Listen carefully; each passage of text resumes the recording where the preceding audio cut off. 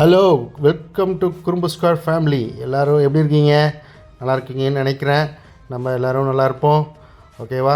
இந்த ஹாட் சீசனில் என்னடா புதுசாக ஒரு குரல் கேட்குதுன்னு பார்க்குறீங்களா? நாங்கள் தான் குறும்பு ஸ்கொயர் ஃபேமிலி. இனிமேல் பேசலாம், ஃபன் பண்ணலாம், நிறைய இன்ஃபர்மேஷன் ஷேர் பண்ணலாம் அப்படின்னு யோசிச்சுட்ருக்கோம். ஓகே, ஃபஸ்ட்டு வீடியோ நம்ம எதை பற்றி பேசலாம், என்ன பண்ணலாம், ஏது பண்ணலாம், நம்ம எப்படி நல்ல இன்ஃபர்மேஷன் பீப்புளுக்கு ஷேர் பண்ணலாம் அப்படின்னு யோசித்தோம். அப்போ ஒன்று தோணுச்சு தான், நம்ம நாட்டுக்காக யார் போராடினாங்களோ அவங்கள பற்றி முக்கியமாக நிறைய பேர்த்துக்கு தெரியாத ஒருத்தரை பற்றி பேசுவோம். ஆனால் உண்மையிலேயே அவர் உண்மையிலே நிறைய பேர்த்துக்கு தெரிஞ்சிருக்கணும், ஏன் தெரியாத அளவுக்கு போனார் அப்படி நம்ம யோசித்து ஒருத்தர் எடுப்போம் அப்படின்னு யோசித்தோம். அதுவும் இப்போ இருக்கிற இந்த மாதத்துக்கு, அதுவும் நம்ம தமிழ் மாதத்துக்கு முக்கியமான அந்த மாதம் ஆரம்பித்தா ஒரு சில பேர் ஒரு சில இதை ஃபாலோ பண்ணுவாங்க.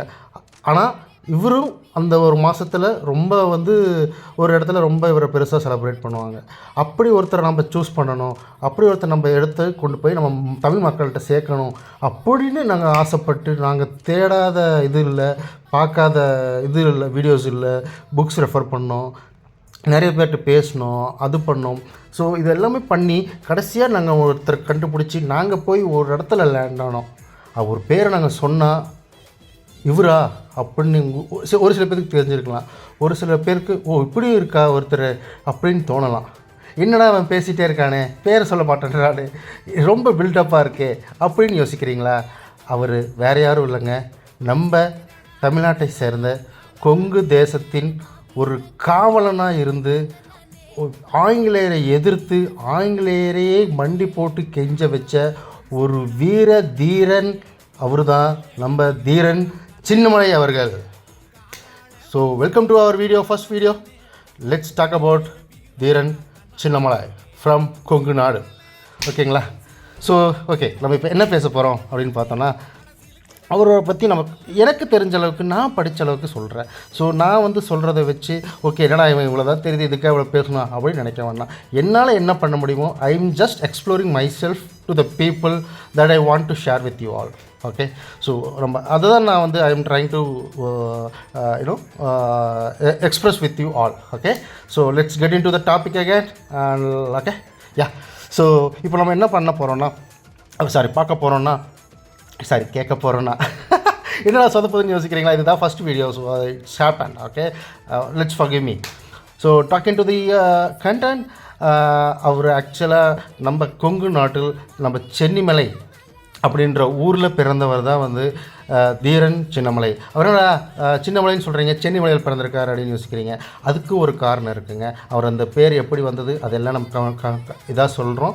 பட் அவர் பிறந்த ஊர் இப்போதைக்கு மைண்டில் வேண்டியது சென்னிமலை ஃப்ரம் ஈரோடு டிஸ்ட்ரிக். இப்போ இருக்க ஈரோடு. முன்னாடி நம்ம என்ன இருந்ததுன்னா கொங்கு மண்டலம் அப்படின்னு இருந்தது. கொங்கு மண்டலம்னா கோயம்புத்தூர், திருப்பூர், ஈரோடு, இது எல்லாமே சேர்ந்தது தான் ஒரு கொங்கு மண்டலமாக இருந்தது. ஓகேங்களா? அங்கே சென்னிமலையில் எப்போ பிறந்தார் அப்படின்னு பார்த்தீங்கன்னா 1756 பிறந்தவர் நம் தீரன் சின்னமலை அவர்கள். அவர் பிறந்த உடனே அவருக்கு பேர் தீரன் சின்னமலைன்னு வரலை. அவரோட இயற்பெயர் என்னன்னு பார்த்தீங்கன்னா தீர்த்தகிரி. அதுக்கு பின்னாடி ஒரு பேர் இருக்குது, அவரோட சமூகத்தை குறிக்கிற பேர். அது நம்ம இப்போ சொல்ல வேண்டாம். ஸோ அது நீங்கள் தேடி பார்த்துக்கோங்க. ஏன்னா நம்ம இப்போ இப்போ யாருமே அந்த சமூகத்தை பேர் பின்னாடி போடுறதில்ல. நம்ம அதை போட்டோன்னா அது ஒரு சமூகத்துக்குள்ளே நம்ம அவரை பற்றி பேசுகிறோமோ, இல்லை நம்ம பேசுகிறோமோ, நம்ம அவங்களோ அப்படின்ற ஒரு இதுக்குள்ளே நம்ம போக வேண்டாம். ஒரு பிராண்டிங்குள்ளார நம்ம போக வேண்டாம். ஸோ அதனால் நான் அந்த பேரை மட்டும் தவிர்க்கிறேன். Sorry for that. ஸோ அவரோட இயற்பெயர் என்ன அப்படின்னா தீர்த்தகிரி. அவங்க அப்பா பேர் ரத்தனம். அந்த அவங்க அம்மா பேர் பெரியாத்தாள். ஓகேங்களா? இவங்களுக்கு பிறந்தவர் தான் தீர்த்தகிரி அப்படின்றவர். இவர் இயற்கை இதாகவே என்னது, அவரோட குடும்பமாகவே ராஜ வம்சத்தை சேர்ந்தவர் அவர். அதிலிருந்து அப்படியே அவர் இது பண்ணிகிட்டு இருந்தார். இருந்தாலும் அவர் அந்த ராஜ இதுக்குள்ளே அவர் போக விரும்பாமல் மக்களுக்காக சேவை செய்யணும் அப்படின்னு சொல்லிட்டு சின்ன வயசுலேருந்தே அவருக்கு இருந்தது. அதனால் அவர் வாள் பயிற்சி, குதிரை பயிற்சி, சண்டை பயிற்சி, வில்வித்தை, அது இதுன்னு சொல்லிட்டு எல்லாத்தையுமே கை தேர்ந்த ஒருத்தராக இருந்தார். ஸோ அப்படி இருக்கும்போது இப்போ என்ன இருந்தது அப்படின்னா, அப்போ வந்து நம்ம வந்து இப்போ சேரல் சோழல் பாண்டியர் அந்த மாதிரி எல்லாம் அங்கங்கே ஆண்டுட்டு இருக்கும்போது இங்கே வந்து ஒருத்தர் இந்த கோவை மண்டலத்தையும் வந்து என்ன பண்ணிகிட்டு இருந்தாங்கன்னா மைசூர் மாகாணமாக தான் ரூல் பண்ணிட்டு இருந்தாங்க இங்கே. ஸோ மைசூர்னா என்னடா கர்நாடகா இருக்குது தமிழ்நாடு அப்படின்னு யோசிக்காதீங்க, இது எல்லாமே ஒரே இதாக தான் இருந்தது. அப்போ அங்கே மைசூர் மாகாணத்துக்கு கீழே தான் கோவை மண்டலமும் இருந்தது. ஸோ அங்கே ரூல் பண்ண மகாராஜா தான் வந்து ஹைதர் அலி. ஓகேங்களா, ஹைதர் அலி. இப்போ வந்து ஹைதர் அலி தான் வந்து இங்கே ரூல் பண்ணிட்டு இங்கே இருக்கிற வரி எல்லாமே வாங்கிட்டு அங்கே கொண்டு போய் வந்து சேர்ப்பாங்க. இங்கே என்ன பண்ணுவாங்கன்னா இந்த கோவை மண்டலத்தில் இருக்கிற வரி எல்லாமே கலெக்ட் பண்ணி நம்ம சங்ககிரி கோட்டை இருக்குது பார்த்தீங்களா, சங்ககிரி கோட்டையில் தான் அது வந்து இது பண்ணி கணக்கு பார்த்து பிரித்து அங்கேருந்து கொண்டு போய் நம்ம மைசூர் அரசர்கிட்ட கொண்டு போய் கொடுப்பாங்க. ஸோ அப்படி ஒரு நாள் வந்து என்ன பண்ணாங்க, கலெக்ட் பண்ணி கொண்டு போய் கொடுக்கும்போது இந்த மாதிரி அப்போ வந்து இவர் வந்து பயிற்சி இது பண்ணிகிட்டு இருந்தார். அவங்களோட வீரர்களோட அது இதுன்னு போர்வால் பயிற்சி அது இதுன்னு எல்லாம் பயிற்சி எடுத்துகிட்டு இருந்தார். அப்போ இருக்கும்போது யாருப்பா நீங்கள், என்னப்பா இந்த பக்கம் போகிறீங்க, என்ன ஏது அப்படின்னு இருக்கும்போது இந்த மாதிரி இதே எடுத்துகிட்டு போகிறோம் பணம், இது உங்களோட வரி இந்த அரசர் கொண்டு போய் கொடுக்கணும் அப்படிங்கும்போது இவர் வந்து கேள்வி கேட்குறாரு. நாங்கள் கஷ்டப்பட்டு இது பண்ணி அது பண்ணால் இங்கேருந்து ஏன் அவருக்கு வந்து நாங்கள் வந்து வரி கட்டணும், எதுக்கு நாங்கள் இது பண்ணணும், எங்களோட வரி பணம் எதுக்கு இவ்வளோ இதாகுது, அந்த பக்கம் ஆங்கிலேயர் அடிக்கிறாங்க, இந்த பக்கம் இவங்க இது பண்ணுறாங்க அப்படின்னு சொல்லிட்டு இவர் வந்து எதிர்க்கிறாரு. யார் எதிர்க்கிறாரு, ஹைதர் அலியை எதிர்க்கிறார். ஓகேங்களா, இதை நீங்கள் நல்லா கவனிச்சுக்கணும். ஹைதர் அலி வந்து மைசூர் மாகாணத்தில் இருந்தார், அவர் வந்து எதிர்க்கிறாரு. எதிர்க்கும் போது அப்போ அங்கே இருக்க காவலாளிங்க என்ன சொல்கிறாங்க அப்படின்னா, காவலாளிங்க வந்து இந்த மாதிரி ஓகே நாங்கள் வந்து வேலையாள்ப்பா, நாங்கள் வந்து என்னது சொல்கிறாங்க, நாங்கள் வந்து தொழிலாளி, நாங்கள் போய் இப்போ அவர்கிட்ட இல்லைப்பா இந்த மாதிரி ஒருத்தர் எடுத்து அடித்து பிடிச்சிட்டாங்கன்னா அவர் எப்படி நம்புவார், நீயே எடுத்துகிட்டு எங்கள்கிட்ட இது பண்ணுறீங்களே அப்படின்னு சொல்லிட்டு கேட்பாங்களே. நாங்கள் அவர்கிட்ட என்ன பதில் சொல்கிறது, தீர்த்தகிரி சொல்லுங்கள் தீர்த்தகிரி அப்படின்னு கேட்கும்போது அவர் சொல்கிறாரு. அதாவது இந்த இடத்துல நீங்கள் நல்லா கேட்கணும், என்ன கேட்கணும், அவருக்கு எப்படி பேர் வந்தது அப்படின்றதுக்கான முக்கியமான இடம். ஸோ என்ன சொன்னார் அப்படின்னா, சென்னிமலைக்கும் சிவன் மலைக்கும் நடுவில் ஒரு சின்ன மலை இருந்தான், அந்த சின்ன மலை தடுத்தான் என்று போய் சொல் அப்படின்னு சொல்லி அனுப்புனார். அவர் அந்த கர்ஜித்த வீரத்தையும் இதையும் பார்த்துட்டு பிரமித்து போய் என்ன பண்ணாங்க அப்படின்னா அங்கே இருக்கிற பணத்தை எல்லாம் விட்டுட்டு போயிட்டாங்க. இதனால் ஹைதர் அலி என்ன பண்ணார், கோபம் அடைஞ்சு இது பண்ணி சண்டை இது பண்ணார். அவர் எப்படியாச்சும் இது பண்ணணும், அவரை வந்து தீர்த்து கட்டணும், இது பண்ணணும்னு சொல்லிட்டு சண்டை பண்ணார், போர் பண்ணார். அப்போ வந்து இந்த காவிரி கரையோர போர்லாம் நடந்துச்சு, அதில் வந்து இவர் ஜெயிச்சார், இது பண்ணார். அதுக்கப்புறம் வந்து அப்படி பண்ணிகிட்டு இருக்கும்போது ஹைதர் அலி வந்து ஒரு டைமில் பிரிட்டிஷால் வீழ்த்தப்பட்டு அதுக்கப்புறம் வந்த அவரோட வம்சாவளி தான் வந்து திப்பு சுல்தான்.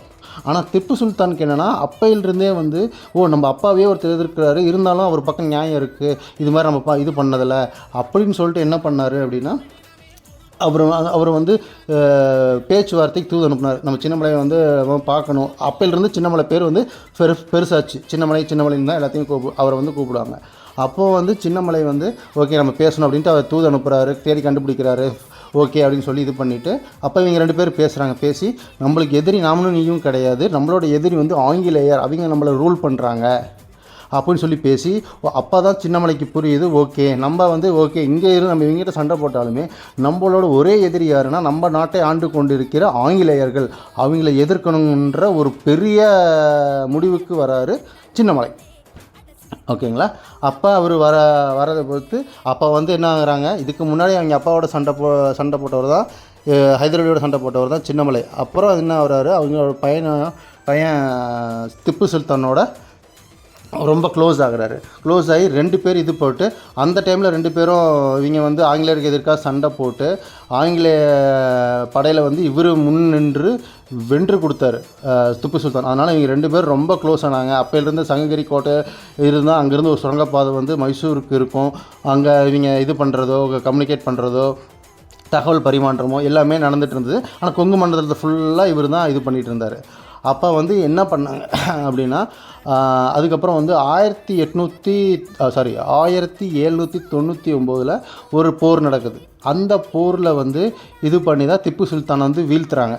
திப்பு சுல்தான் வீழ்த்தினோடனே என்ன ஆகுது, அங்கே அந்த படையில் இருந்தவர் அந்த அந்த தளபதியாக இருந்து அவருக்கு ஒர்க் பண்ணவர் தான் சின்னமலை. அங்கேருந்து ஓகே இவர் இது ஆகிட்டாருன்னு சொல்லிட்டு அங்கேருந்து வந்து மறுபடியும் கொங்கு மண்டலத்திலே வந்து இதாகிறாரு. கொங்கு மண்டலத்தில் வந்து அப்போ என்ன பண்ணுறாரு, ஆங்கிலேயர்களுக்கு நம்ம தீவிரமாக நம்ம இது பண்ணணும்னு சொல்லிட்டு ஒரு படையை திரட்டி அரச்சலூர் பக்கத்தில் இருக்கிற ஓடாநிலை என்கிற ஒரு கிராமம் இருக்குது. அந்த ஓடாநிலைங்கிற பேர் எப்படி வந்ததுன்னா, எந்த பக்கம் இருந்தாலும் எத்தனை எதிரிகள் வந்து தாக்கினாலும் நாம் ஓடாமல் ஒரே நிலையாக இருந்து எதிர்க்கக்கூடிய ஒரு நிலப்பரப்பாக அந்த நிலப்பரப்பு இருந்தது.